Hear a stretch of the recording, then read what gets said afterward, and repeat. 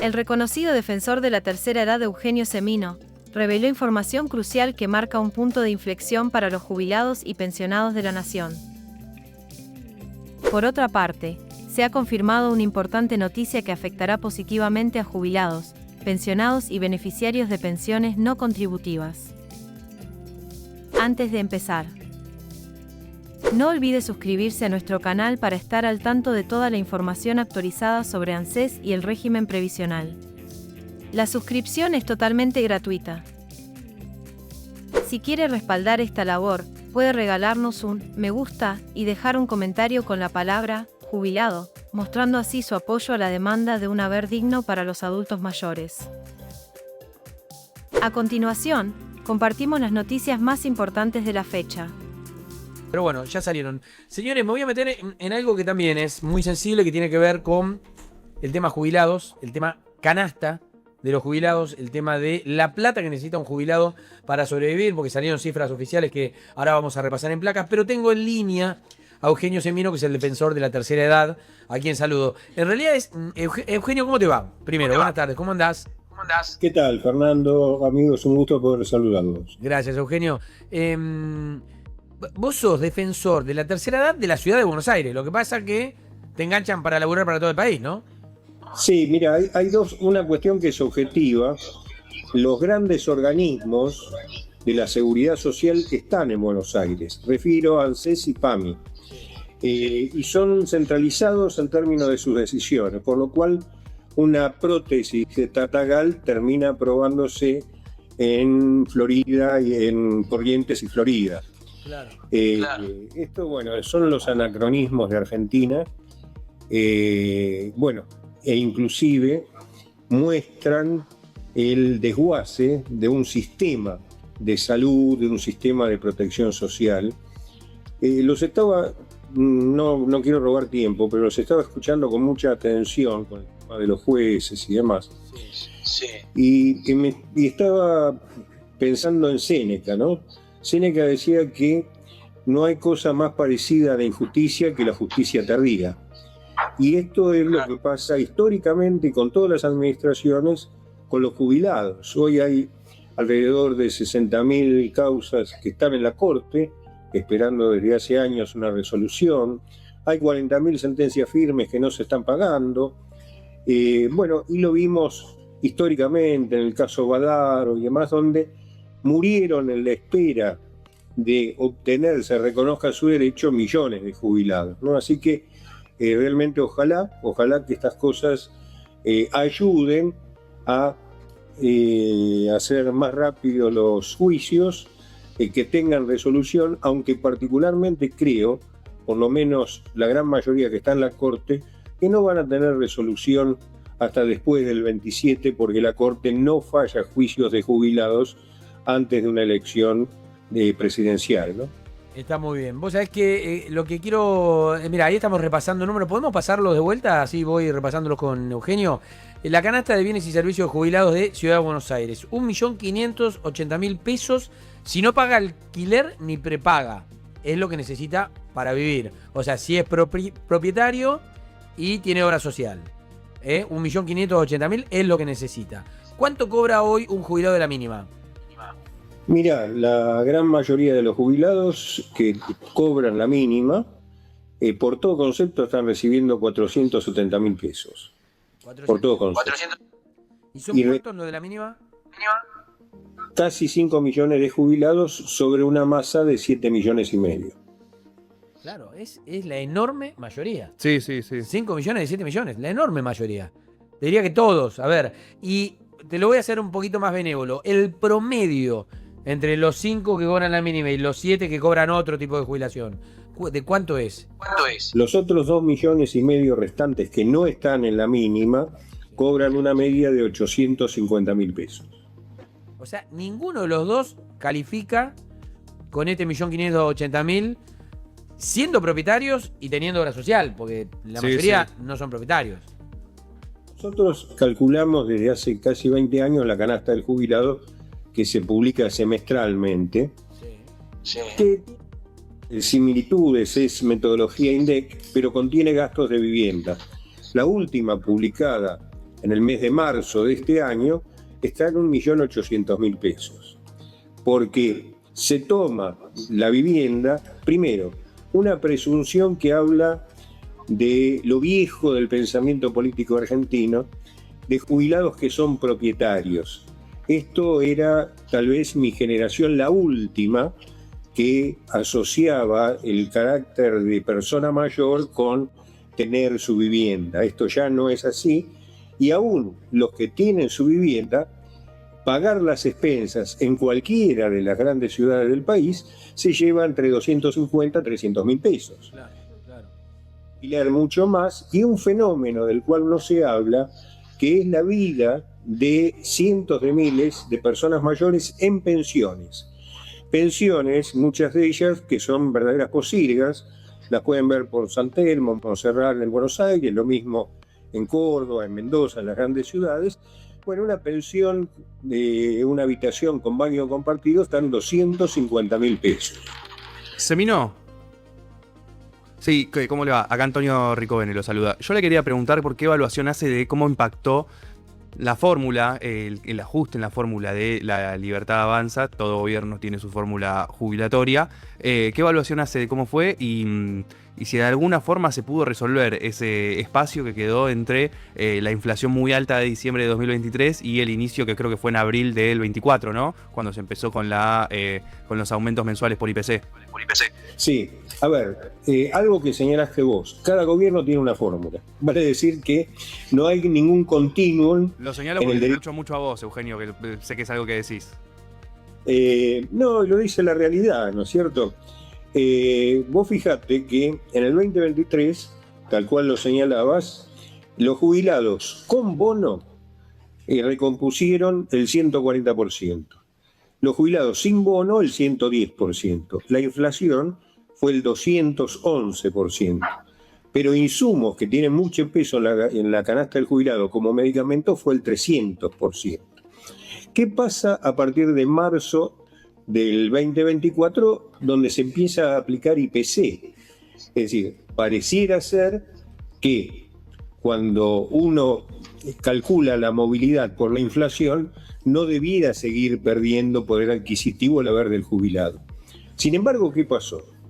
Nunca se tuvo en cuenta que el mes de diciembre del 2023 no está contabilizado en ninguno de los dos procesos de movilidad y hubo un 25% de inflación.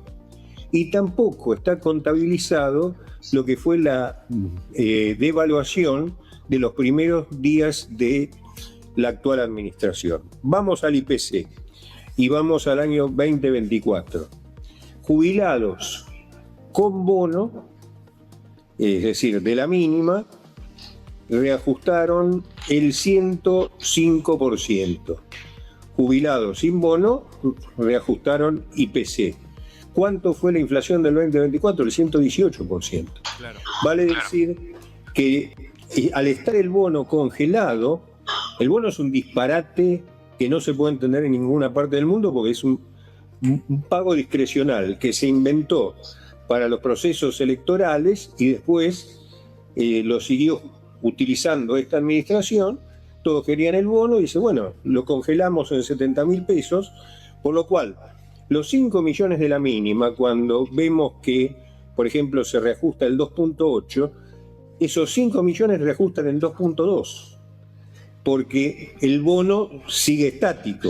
Es más, si se actualizara el bono de marzo del 2024 a la fecha, sería exactamente el doble el valor. En lugar de 70.000, casi 150.000 pesos. Producto de que esté el bono ahí, en vez de ajustar para arriba, ajustan para abajo. Exactamente. Y en base a la experiencia que usted tiene de todos estos años, ¿en qué época o en qué gobierno los jubilados estuvieron mejor o siempre estuvieron mal? Mirá, los reclamos de los jubilados, y Fernando lo debe tener presente, aunque es más joven que yo, pero parten de allá de fines de los 80, principios de los 90. Precisamente en aquella época se reclamaba, las mínimas eran de 150 pesos o dólares, porque estaba la convertibilidad, y los jubilados reclamaban 450. Mesa coordinadora, norma PLA, etcétera, etcétera. Historia antigua. Ahora, hoy se sigue reclamando por el valor de una canasta que está muy distante de las mínimas. ¿Cuál es la diferencia? Que en aquella época los jubilados de la mínima eran el 17% y hoy son el 85% aproximadamente. Entonces, sí, se fue achatando y fueron perdiendo todos poder adquisitivo. El poder adquisitivo del haber jubilatorio, concretamente para ir a esta última etapa, viene en caída desde hace 13, 14 años, ininterrumpidamente con todas las administraciones. Recordemos lo que fue 18 y 19, se perdieron 20 puntos. Recordemos lo que fue el 2020, que no hubo movilidad, se dieron por decreto de necesidad y urgencia los reajustes. A partir de diciembre del 2020, la ley que no contuvo cláusula de garantía por inflación, los resultados que señalaba hacia el 2023 y los actuales. Vale decir que se sigue degradando el haber. Realmente el sistema político no habla del tema, pero no habla. Eugenio, en principio, para desmentirte un poco eso que dijiste, que soy mucho más joven que vos, recuerdo algo que siempre hablamos, para tener en contexto lo que es la vida de un jubilado en la Argentina, ¿no?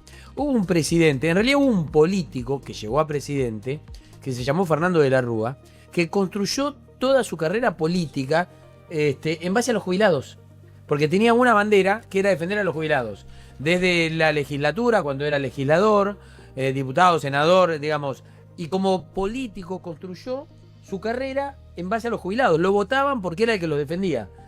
¿Qué es lo máximo que quiere hacer un político? Llegar a presidente, siempre. Claro. ¿Y qué es lo que debería hacer un político cuando construye una carrera defendiendo a un sector cuando llega a presidente? Decirle, ahora llegué, ustedes me trajeron hasta acá, voy a darles algún beneficio. Le recortó el 13% cuando llegó a presidente. Increíble, insólito.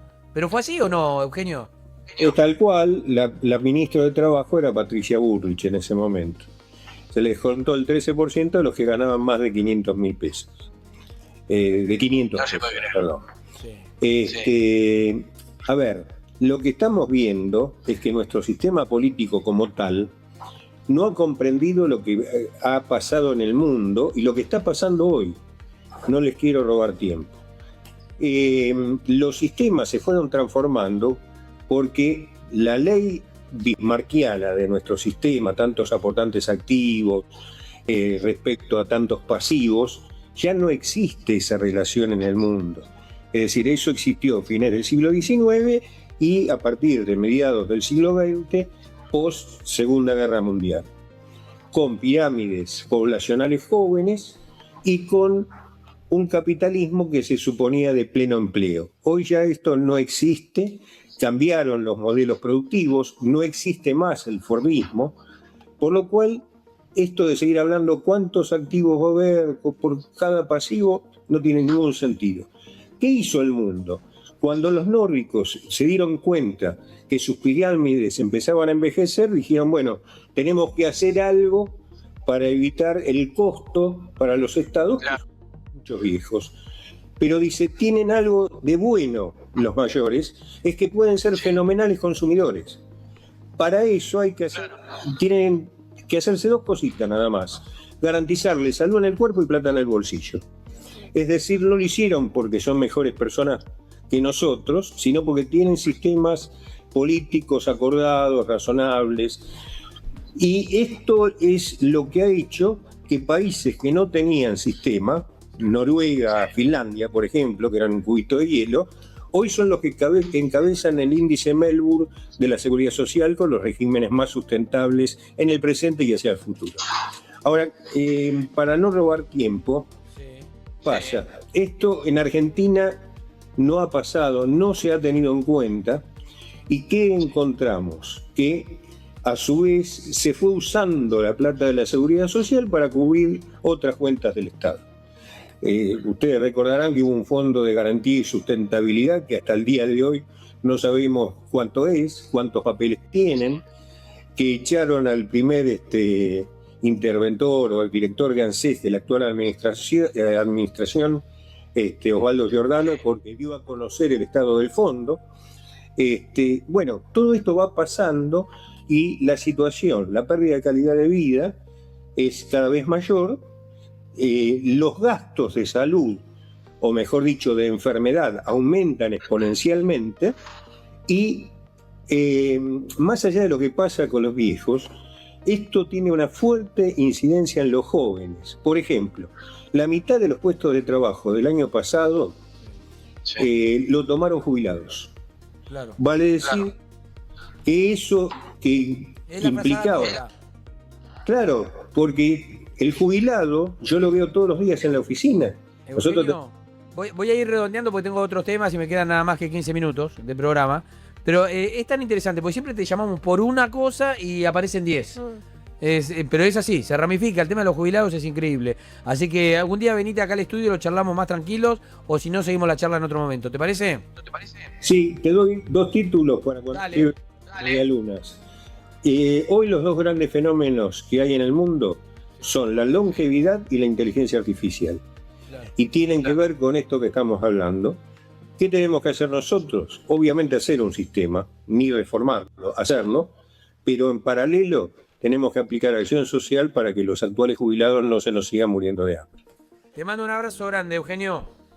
Gracias, un fuerte abrazo con los... Gracias, Defensor de la tercera edad, con un tema que siempre Capo. es muy sensible. Y un Sí, capo, sí. sí. Trabaja hace tanto